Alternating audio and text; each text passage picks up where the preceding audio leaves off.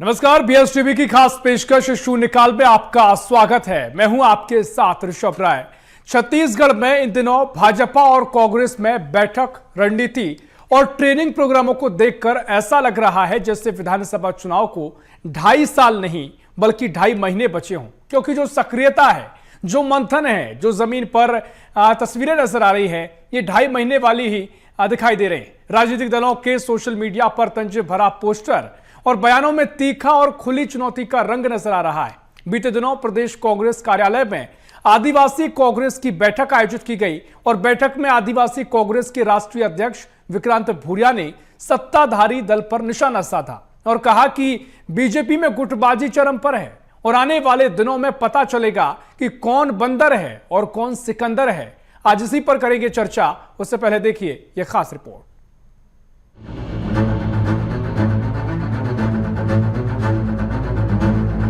जो आने वाला समय है वो बताएगा कि कौन सिकंदर है और कौन बंदर है।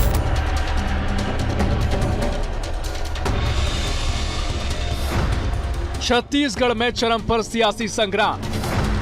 कांग्रेस बीजेपी में सत्ता संगठन को मजबूत करने की कवायद। चुनाव के 2.5 साल पहले चुनाव जैसी रणनीति। आदिवासी कांग्रेस राष्ट्रीय अध्यक्ष ने बीजेपी की गुटबाजी पर साधा निशाना। आने वाले दिनों में कौन बंदर कौन सिकंदर है पता चलेगा, विक्रांत भूरिया। बीजेपी ने पोस्टर जारी कर कांग्रेस पर साधा निशाना। कांग्रेस के केंद्रीय नेतृत्व और पूर्ववर्ती सरकार के बीच खींचतान का इशारा। छत्तीसगढ़ में तात्कालिक कांग्रेस सरकार के कारनामे पहले जान लें, विक्रांत भूरिया। बोले विकास मरकाम। मिशन 2028 की तैयारी में भाजपा और कांग्रेस। छत्तीसगढ़ की सियासत में वार पलटवार का दौर जारी है, तो वहीं संगठन मजबूती, धरातल पर कार्यकर्ताओं को रिचार्ज और प्रशिक्षित कार्यकर्ताओं के साथ चुनावी रणभूमि पर उतरने की कवायद चल रही है। लगातार मैराथन बैठकों से ये भी चर्चा है कि सब कुछ ठीक नहीं है, लेकिन आगामी चुनाव की रणनीति भी इन्हीं बैठकों से तैयार की जा रही है। यानी 2.5 साल बाद की पटकथा अभी से लिखनी शुरू हो चुकी है। इसी बीच सियासत में बयान और पोस्टर के तीर ने भी रफ्तार पकड़ ली है। आदिवासी कांग्रेस के राष्ट्रीय अध्यक्ष विक्रांत भूरिया ने बीजेपी पर गुटबाजी का आरोप लगाया और कहा, आने वाले वक्त पर पता चलेगा कौन बंदर है और कौन सिकंदर। इधर बीजेपी में सोशल मीडिया पर पोस्टर वॉर कर कांग्रेस के केंद्रीय नेतृत्व का छत्तीसगढ़ के पूर्व सीएम भूपेश बघेल और अधिकारियों पर तंज कसते हुए लिखा, इन लोगों ने पैसा खूब इकट्ठा किया लेकिन हम तक पहुंचा नहीं। वहीं आदिवासी राष्ट्रीय कांग्रेस के अध्यक्ष के बयान पर बीजेपी नेता विकास मरकाम ने कहा, छत्तीसगढ़ के बारे में बोलने से पहले 5 साल भूपेश बघेल की सरकार के बारे में जानकारी ले लें। किस तरह की गुटबाजी बीजेपी में चल रही है वो हम सब देख रहे हैं। हम तो संगठन पर काम कर रहे हैं, अपनी लाइन लंबी कर रहे हैं और जो आने वाला समय है वो बताएगा कि कौन सिकंदर है और कौन बंदर है। विक्रांत भूरिया को आदिवासी समाज की मीटिंग नहीं बल्कि आदिवासी समाज से माफी मांगने की जरूरत है और भूपेश बघेल सरकार की 5 साल की आदिवासी विरोधी जो सरकार थी उसके कारनामों को बताने की जरूरत है। विक्रांत भूरिया को तो आज ये भी नहीं मालूम होगा कि जब उनकी सरकार थी तब आदिवासियों से 32% आरक्षण को छीनने का प्रयास उनके नेताओं के द्वारा किया गया था। विक्रांत भूरिया को यह भी नहीं मालूम होगा कि जब उनकी सरकार थी तो आदिवासियों का जो हरा सोना होता है उस तेंदुपत्ता की खरीदी 1 दिन और 2 दिन उनकी सरकार में होती थी, जिससे आदिवासियों का आर्थिक नुकसान हुआ। कुल मिलाकर सियासी अखाड़े में रोज कुश्ती चल रही है। ये कुश्ती राजनीतिक संगठन की स्फूर्ति को दर्शाता है, लेकिन देखना होगा 2.5 साल बाद होने वाले फाइनल मुकाबले यानी विधानसभा चुनाव में जीत किसकी होती है। बीएस टीवी के लिए रायपुर से अविनाश चंद्रवंशी की रिपोर्ट। तो देखिए, रिपोर्ट आपने देखी और कुल मिलाकर देखिए जो तस्वीर नजर आ रही है सियासी तौर पर वो यही, जिस तरह से बयानबाजी हो रही है, जिस तरह से पोस्टर जारी कर दिए जा रहे हैं और उनसे इतर जो बैठकें मंथन चल रहा है, जो रणनीतियां अब बंद कमरों में बनकर जमीन पर उतर रही हैं। कुल मिलाकर ये चुनाव के नजदीक का समय दिखाई देता है, लेकिन अभी भी 2.5 साल बाकी है। अभी दोनों दल सक्रिय हैं, इसी पर करेंगे चर्चा। खास पैनल हमारे साथ जुड़ गया है। हमारे साथ भारतीय जनता पार्टी से सुनील चौधरी जुड़ गए हैं। सुनील जी, बहुत स्वागत है आपका बीएस टीवी में। साथ ही अजय गंगवानी जी हैं, कांग्रेस की ओर से पक्ष रखेंगे। अजय जी, बहुत स्वागत है आपका बीएसटीवी में। और वरिष्ठ पत्रकार राम अवतार तिवारी जी हैं। राम अवतार जी, आपका भी बहुत स्वागत है बीएसटीवी में। चर्चा की शुरुआत करेंगे और जिस तरीके से लगातार तस्वीर देखने को मिल रही है, सुनील जी पहले आपके पास आऊंगा, क्योंकि विक्रांत भूरिया को हमने सुना, वो ये कह रहे हैं कि हम तो लगातार अपने को बेहतर करने में लगे हुए हैं और भारतीय जनता पार्टी में गुटबाजी है। उसी को लेकर उन्होंने कहा कि आगे पता चलेगा कि कौन बंदर है कौन सिकंदर है। क्या कुछ आपका रिएक्शन? जी राम राम, जय जोहार, जय छत्तीसगढ़। विक्रांत भूरिया जी यहाँ पर आए थे और विक्रांत भूरिया जी से मैं आग्रह करूंगा कि यदि सिकंदर की बात करते हैं तो कभी हमारे राजा पोरस को जरूर पढ़ ले, क्योंकि जो जीता वो सिकंदर नहीं होता है भारत के अंदर में।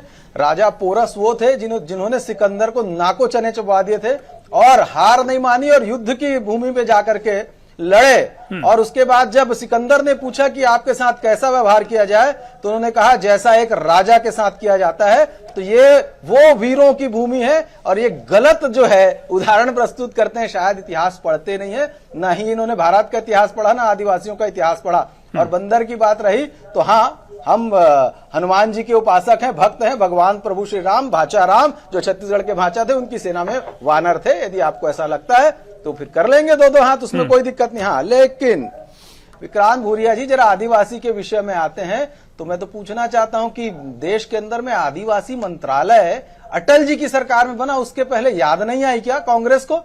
और छत्तीसगढ़ के संदर्भ में बात करें तो आपने अजीत जोगी जी को मुख्यमंत्री बनाया और बाद में भूपेश बघेल जी ने उन्हीं को फर्जी आदिवासी साबित करके उनका जो जाति प्रमाण पत्र है वो निरस्त कर दिया। द्रौपदी मुर्मू जी के विषय में कैसे आप लोगों ने विरोध किया? आज माननीय विष्णुदेव साय जी आदिवासी है और छत्तीसगढ़ के मुख्यमंत्री हैं। और कांग्रेस ने क्या किया? कांग्रेस ने भ्रष्टाचार किया।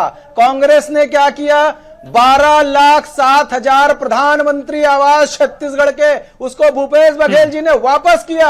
छत्तीसगढ़ के आम गरीबों के साथ, जनता के साथ अन्याय किया। शराब का घोटाला किया और शराब के पैसे से अपना कार्यालय बना लिया। और जेल में कौन गए? तो आदिवासी मंत्री उस समय के कवासी लखमा गए। तो आदिवासियों के साथ अन्याय, 32% आरक्षण के खिलाफ इनके व्यक्ति जो है रोकने का काम करते थे छत्तीसगढ़ में। ये छत्तीसगढ़ के हाल है। महिलाओं को कहा था 500 रुपए प्रति माह देंगे, 2018 घोषणा पत्र में एक किसी को नहीं दिया।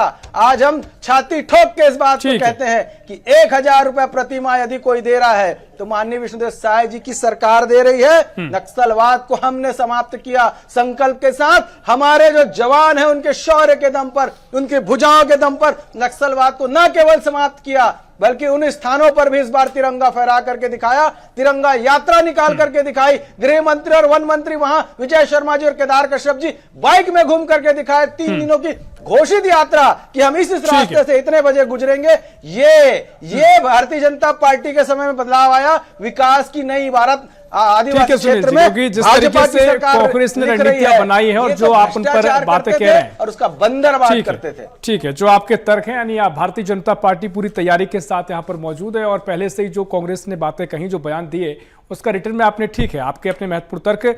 चर्चा को आगे बढ़ाएंगे। अजय साहब, मैं आपके पास आऊंगा। अजय जी, क्योंकि जिस तरीके से कांग्रेस में तैयारियों का दौर चल रहा है और एक बड़ा वोट बैंक पहले रहा आदिवासियों का, लेकिन पिछले चुनाव में उसके बाद वो वोट बैंक खिसकता रहा, खामियाजा भी आपको भुगतना पड़ा।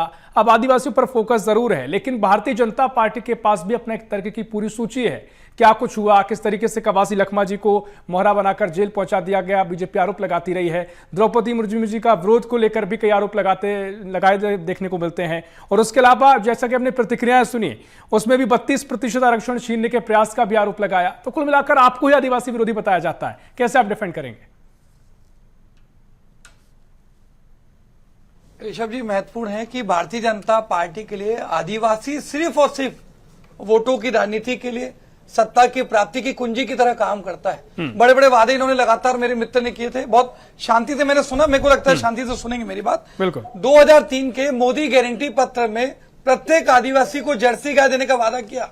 15 साल सरकार में रहे, किसी एक व्यक्ति को, आदिवासी को जर्सी गाय मिली तो मेरे पत्रकार महोदय बैठे, पूछ लीजिए। हर आदिवासी परिवार को सरकारी नौकरी देने की बात की, किसी एक आदिवासी परिवार को नौकरी दी तो बात कर लें। दूसरी महत्वपूर्ण बात है, अभी मेरे मित्र बहुत दावा कर रहे थे कि भाई हमने एक आदिवासी को मुख्यमंत्री बना दिया। ये आदिवासी मुख्यमंत्री में इतना नैतिक साहस नहीं है कि विश्व आदिवासी दिवस के दिन आदिवासियों को एक बधाई संदेश न व्यक्तिगत रूप से दे सके, न सोशल मीडिया पे ट्वीट कर सके, न फेसबुक पे पोस्ट कर सके। आरएसएस के दबाव में विश्व आदिवासी दिवस का कोई आयोजन नहीं किया जाता। और इस बार की बात नहीं है ऋषभ जी, पिछली बार विश्व आदिवासी दिवस के दिन बहुत सारे प्री प्लान प्रोग्राम, जहां माननीय मुख्यमंत्री विष्णुदेव साय जी जाने का कार्यक्रम तय कर चुके थे, आरएसएस के दबाव में सारे कार्यक्रम रद्द किए गए। मैं मेरे मित्र से पूछना चाहता हूं, क्या किसी आदिवासी व्यक्ति को मुख्यमंत्री बनाने से यहाँ छत्तीसगढ़ में आदिवासी का भला होगा क्या? राष्ट्रपति की आप दावा करते हैं कि भैया हमने सर्वोच्च पद पर बैठा दिया, जब अयोध्या के राम मंदिर की प्राण प्रतिष्ठा होती है उसी महिला को आप बुलाने का साहस नहीं दिखाते। तो मैं स्पष्ट रूप से कहना चाह रहा हूं, दूसरी महत्वपूर्ण बात है, आप आदिवासी हितैषियों ने राजनीतिक पाखंड करते हैं। भैया 2023 से आज आदिवासी आरक्षण संशोधन विधेयक पूरी सर्वसम्मति से कांग्रेस शाखा के साथ पारित होके राजभवन में अटका हुआ है।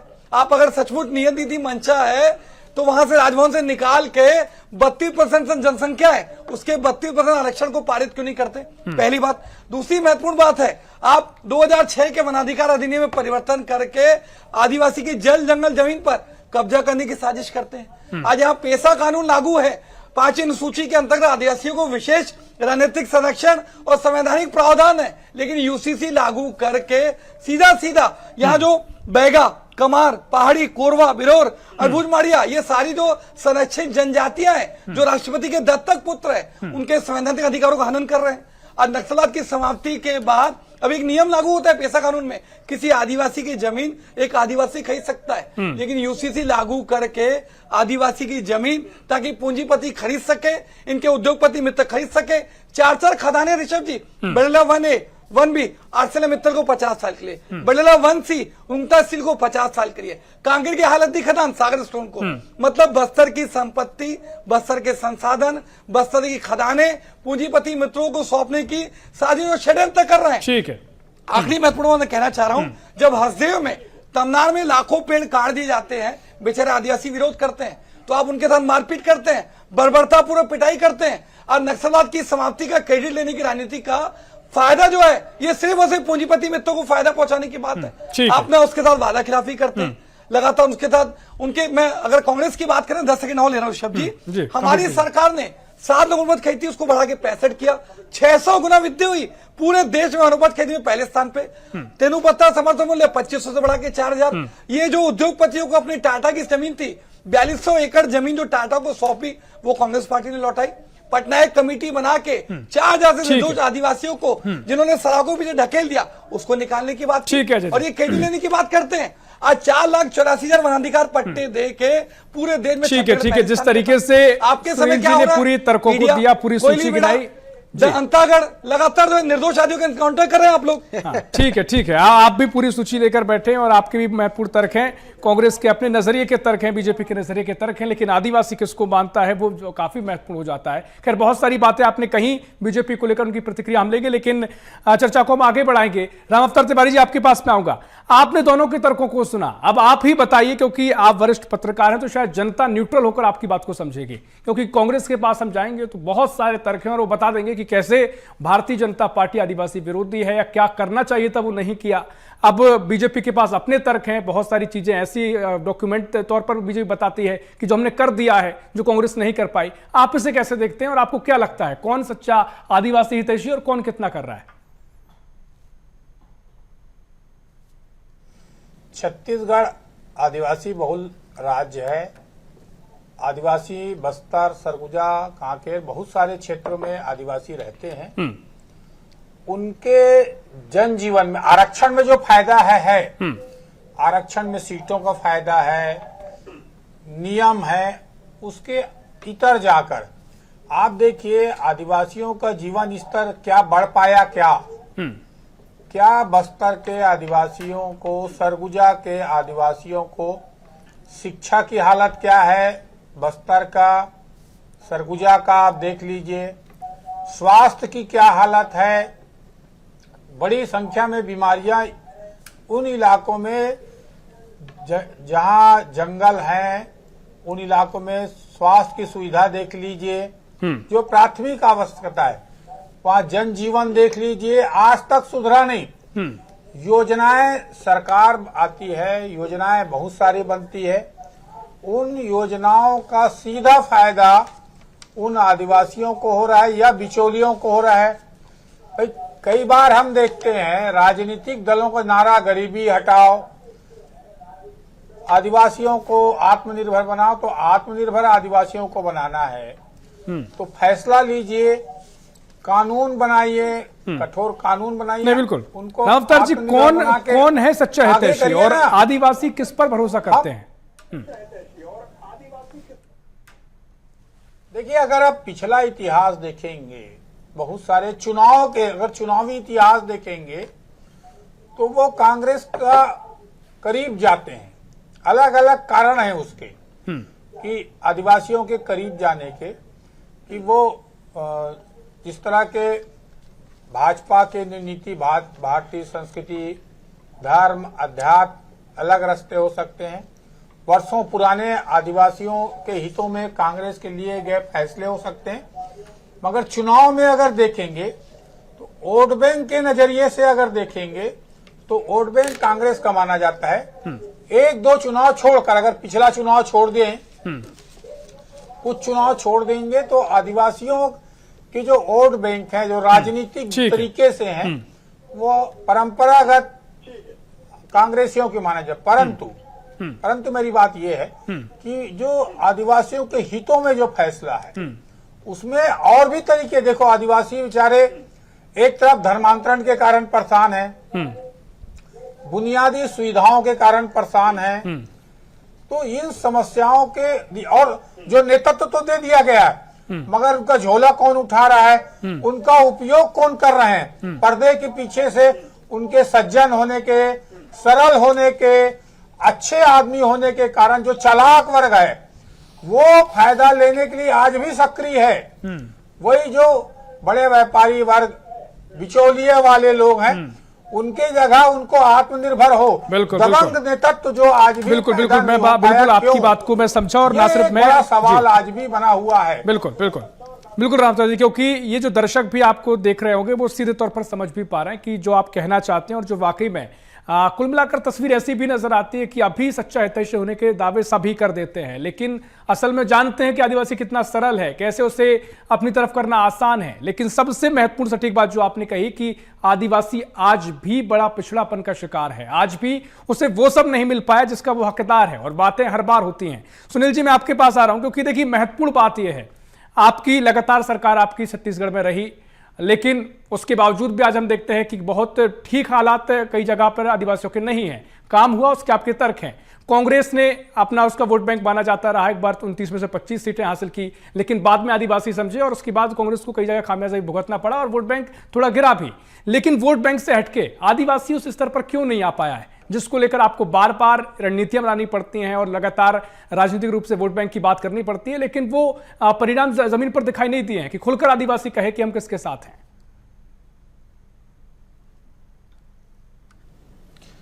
देखिए ऋषभ जी, सबसे महत्वपूर्ण विषय वही मैं आपको बता रहा था कि नक्सलवाद जैसी समस्या छत्तीसगढ़ में रही और उसके बाद लगातार कांग्रेस को समर्थन आदिवासियों को मिला तो जरूर, लेकिन कांग्रेस ने कभी आदिवासियों के लिए काम नहीं किया, एक वोट बैंक के रूप में इस्तेमाल किया और आदिवासियों के खाली वोट लो और उनके संसाधनों का दुरुपयोग करो। अब तेंदुपत्ता के विषय की बात करें तो 5500 रुपए मानक प्रति मानक बोरा भाजपा की सरकार खरीद रही है, 1000 रुपए ज्यादा कांग्रेस से। और धर्मांतरण जैसा कुचक्र था, धर्मांतरण के माध्यम से उनकी संस्कृति को नष्ट करने का काम भूपेश बघेल जी के समय इनके अधिकारी पत्र लिखते थे, पर ये क्या कार्रवाई किए? छत्तीसगढ़ में जब धर्मांतरण के कानून पर चर्चा हुई, कांग्रेस भाग गई विधानसभा के छोड़ करके। तो ये इनका असली चरित्र दिखाई देता है। और विश्व आदिवासी दिवस की बात करते हैं, लेकिन मैं पूछना चाहता हूं, भगवान बिरसा मुंडा जी की जन्म जयंती के अवसर पर जनजातीय गौरव दिवस भारतीय परंपरा के अनुसार मनाया जाए, और ये जो विश्व आदिवासी दिवस है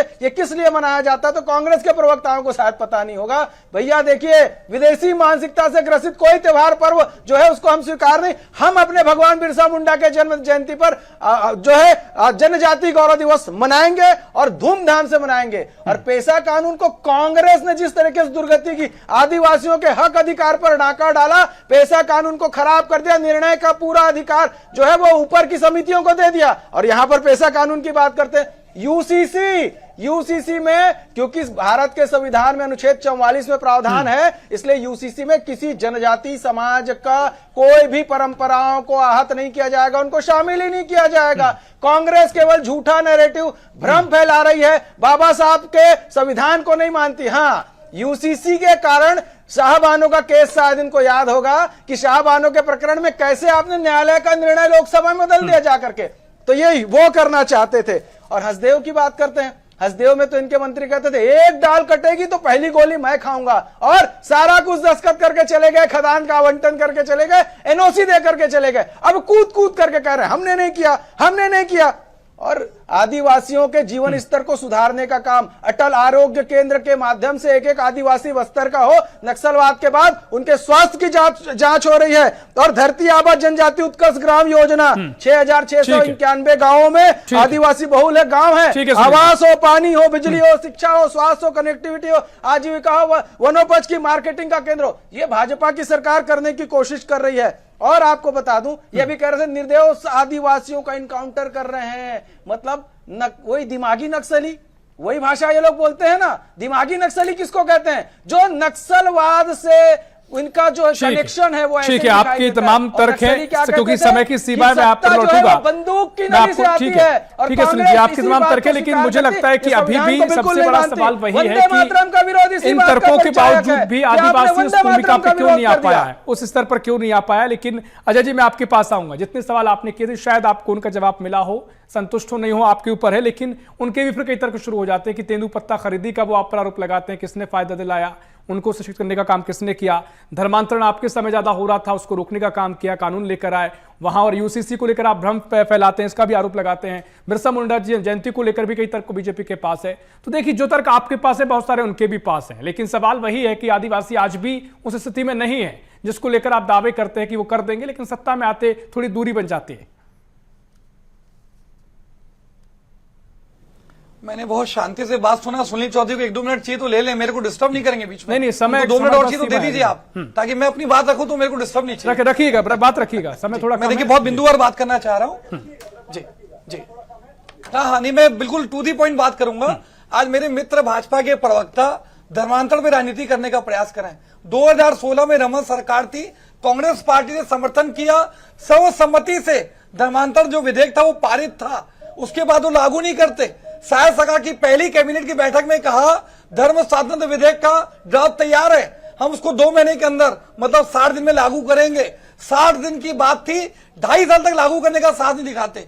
आज देश के संविधान कानून का सबसे बड़ा रक्षक माननीय सुप्रीम कोर्ट ने केंद्र की मोदी सरकार को निषेध किया कि भैया न केवल छत्तीसगढ़ में, पूरे देश में धर्मांतरण को रोकने के लिए केंद्रीय कड़े कानून बनाए जाए। 12 साल से आपकी सरकार है, आपको सिर्फ धर्मांतरण में राजनीति करनी है। दूसरी महत्वपूर्ण बात है, आदिवासी के धर्म परिवर्तन की बात करते हैं, डीलिस्टिंग पे राजनीति करते हैं। भैया आपकी डबल इंजन की सरकार है, यहाँ पे आपकी सरकार केंद्र की मोदी सरकार।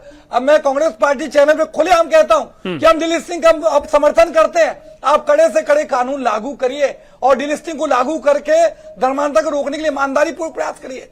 ये धर्मांतरण पे डीलिस्टिंग पर राजनीति करना बंद करिए। तीसरी महत्वपूर्ण बात कह रहे हैं, यूसीसी विधि आयोग की रिपोर्ट कहती है 2018 की कि वर्तमान परिस्थितियों में समान नागरिक संहिता यूसीसी नहीं आवश्यक है, नहीं वांछनीय है, नाइदर नेसेसरी नॉट डिजायरेबल। ये विधि आयोग की रिपोर्ट है जिसको इसलिए बनाया गया था कि यूसीसी लागू किया जाए कि न किया जाए। ठीक है, विधि आयोग की रिपोर्ट कह रही है कि इसकी प्रासंगिकता नहीं है, तो मेरे भाजपा के प्रवक्ता मित्र बताएं। ठीक है अजय जी, मैं मुझे आपको रोकना पड़ रहा है क्योंकि समय पूरा हो गया। रामअवतार जी, एक आखिरी रिएक्शन आपका, क्योंकि जिस तरीके से रामअवतार जी उनको निर्णय लेने की चुनाव को लेकर जो तैयारी है, क्या वाकई जो पूरी रणनीतियां हैं वो चुनाव की जो नजदीक आते ही उसका हिस्सा है? और साथ ही जो आदिवासियों को लेकर तर्क है, आपको क्या लगता है कब तक आदिवासी आगे बढ़ पाएगा और कितना अभी तक आगे बढ़ पाया है? तो ये छत्तीसगढ़ में जो आदिवासी वोट हैं और सीट हैं वो निर्णायक भूमिका में रहती है, इसलिए आदिवासियों को लेकर राजनीति छत्तीसगढ़ में होती है। आदिवासी मुख्यमंत्री की बात, आदिवासियों को अधिकार देने की बात, आदिवासियों के उत्पीड़न की बात, ये राजनीति में छत्तीसगढ़ के राजनीति का मुख्य बिंदु हर समय रहा है। तो आज भी वो मुद्दा है। मगर इसको राजनीतिक मुद्दा बनाने के बजाय एक सक्षम नेतृत्व को, बड़ा अच्छा जो नेतृत्व, बहुत सारे अच्छे नेतृत्व हैं सक्षम, तो आप उनको आगे बढ़ाइए, वो नहीं बढ़ते।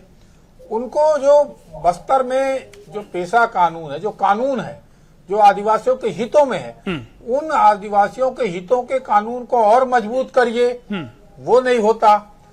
जो आदिवासी क्षेत्र के संसाधन हैं, उन संसाधनों में उनका पहला अधिकार हो, उसके बारे में फैसला हो, तो नहीं, बिल्कुल रामताल जी, काफी महत्वपूर्ण बातों का जिक्र आप कर रहे हैं, लेकिन समय की थोड़ी सीमा है। मैं आपको रोक रहा हूं क्योंकि समय खत्म हो गया है, लेकिन वाकई में चर्चा जो है वो काफी महत्वपूर्ण है। कांग्रेस के पास अपने तर्क हैं, बीजेपी के पास अपने तर्क हैं, और छत्तीसगढ़ की राजनीति भी गजब है।